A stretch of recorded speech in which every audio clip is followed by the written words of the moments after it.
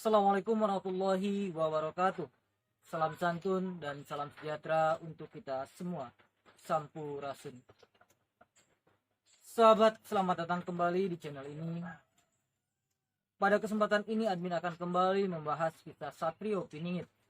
Tidak lupa sebelum lanjut, admin ingatkan bahwa apa yang disampaikan ini boleh dipercaya, boleh juga tidak. Semoga dapat menambah wawasan untuk kita semua. Apa yang sahabat rasakan dengan tantangan kehidupan di Nusantara ini? Bersyukurlah jika sahabat merasa bahwa Nusantara ini sedang baik-baik saja.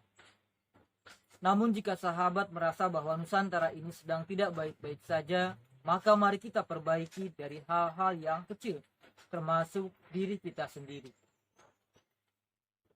Sahabat, menyaksikan kemelut di Nusantara yang seakan tidak ada habisnya, tentu membuat setiap orang ingin memperbaiki tatanan kehidupan masyarakat Nusantara agar menjadi lebih baik lagi. Namun, untuk menata kehidupan Nusantara bukanlah perkara mudah. Bahkan orang-orang terpilih pun tidak semuanya dapat memperbaiki tatanan Nusantara ini. Saat ini orang-orang pinilih masih berusaha untuk dapat bertahan dalam menyelamatkan bumi Nusantara ini dari kehancuran. Berusaha dengan segala kemampuan untuk mempertahankan bumi Nusantara ini dari berbagai rongrongan pihak-pihak yang ingin menguasainya. Karena tidak rela jika Nusantara kembali mencapai kejayaannya.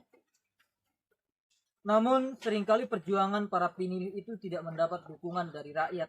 Sehingga selain berjuang untuk menyelamatkan bumi Nusantara, mereka juga berusaha untuk memperoleh dukungan dari rakyat Nusantara. Tentu hal itu bukan perkara mudah, karena untuk tegaknya suatu negara perlu ada dukungan dari masyarakatnya. Hal lain yang membuat sulitnya penataan kehidupan di Nusantara ini adalah karena para pemimpin golongan kebanyakan hanya berjuang atas nama golongannya sendiri. Bahkan seringkali berselisih paham dengan golongan lain yang sebenarnya memiliki tujuan yang sama, yaitu untuk memperbaiki tatanan Nusantara atau lebih tepatnya mempertahankan Nusantara. Kemelut itu tidak akan pernah ada habisnya selama masing-masing masih mempertahankan ego. Masing-masing ingin diakui sebagai orang yang berjasa di Nusantara. Hal itu membuat rakyat semakin kehilangan kepercayaan kepada pemimpin. Rakyat tidak lagi antusias dalam penentuan atau pemilihan pemimpin dalam setiap jenjang pemerintahan di Nusantara. Kebanyakan rakyat hanya diam dan menunggu datangnya sang juru selamat yang dipercayai akan menyelamatkan Nusantara dan membawa Nusantara menuju mercusuar dunia. Mereka tidak peduli dengan proses pemilihan pemimpin yang telah diatur oleh pemerintah. Rakyat melaksanakan atau mengikuti pemilihan pun bukan sebab untuk menyuarakan suara hatinya, namun karena rakyat masih patuh pada pemerintah. Ada juga rakyat yang memilih diam dan bungkam serta tidak menggunakan hak pilihnya. Lebih-lebih banyak yang percaya bahwa sosok Satrio Piningit itu bukan muncul karena hasil dari pemilihan, namun akan hadir dengan sendirinya atas kehendak Tuhan Yang Maha Esa. Tentang hal tersebut, bukannya Satrio Piningit tidak mengetahui. Ia mengetahui dengan terang perihal kemelut di bumi Nusantara tersebut. Namun belum waktunya ia muncul di Nusantara ini.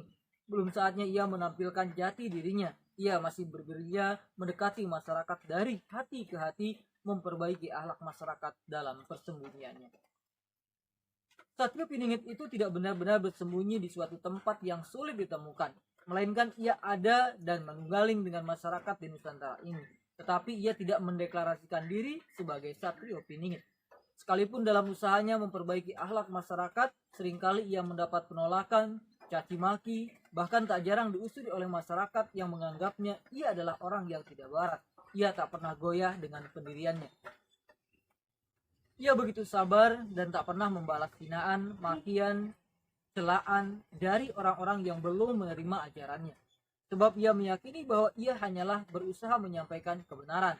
Namun bagaimana kebenaran itu sampai kepada masyarakat adalah atas kehendak Tuhan. Ia tidak pernah memaksa masyarakat menerima kebenaran yang disampaikannya. Siang hari ia terus menyampaikan kebenaran, berbicara tentang iman, berbicara tentang hari akhir, berbicara tentang rezeki, jodoh, dan pati yang bisa berlaku hanya atas izin Tuhan.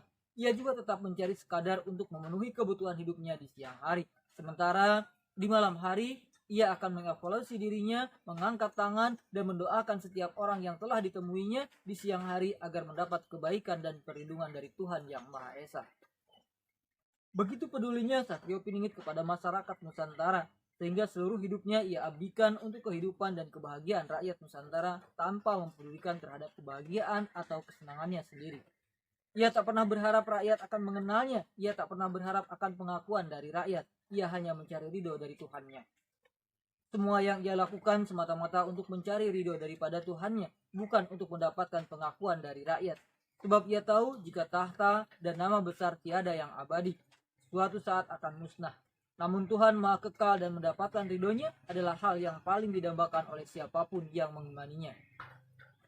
Sahabat yang berbahagia, mungkin sebagian orang menganggap bahwa kisah-kisah Satrio Piningit hanya sebagai mitos atau dongeng pengantar tidur belaka. Sebagian yang lain menganggap bahwa ini adalah cerita yang sakral karena berasal dari kabar atau ramalan yang telah disabdakan oleh leluhur mereka. Itu sah-sah saja, tidak ada paksaan untuk mempercayai atau mengingkarinya. Namun ada pelajaran yang penting yang dapat diambil dari kisah-kisah Satrio Piningit itu. Salah satunya adalah sebenarnya baik yang percaya maupun yang mengingkari memiliki kesamaan, yaitu sama-sama mendambakan pemimpin Nusantara ini yang dapat membawa Nusantara kembali ke puncak kejayaan. Membawa kehidupan yang aman, tentram, tertib, kehidupan masyarakat yang subur, makmur, lojenawi, sehingga setiap jiwa yang hidup di Nusantara ini bisa merasakan kebahagiaan.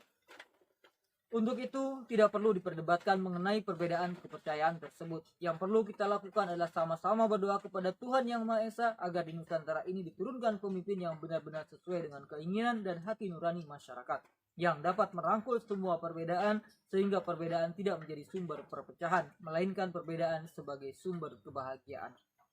Sahabat yang saya muliakan, demikian yang dapat disampaikan. Semoga bermanfaat untuk kita semua. Salam santun dan salam sejahtera untuk kita semua. Sampurasun. Assalamualaikum warahmatullahi wabarakatuh.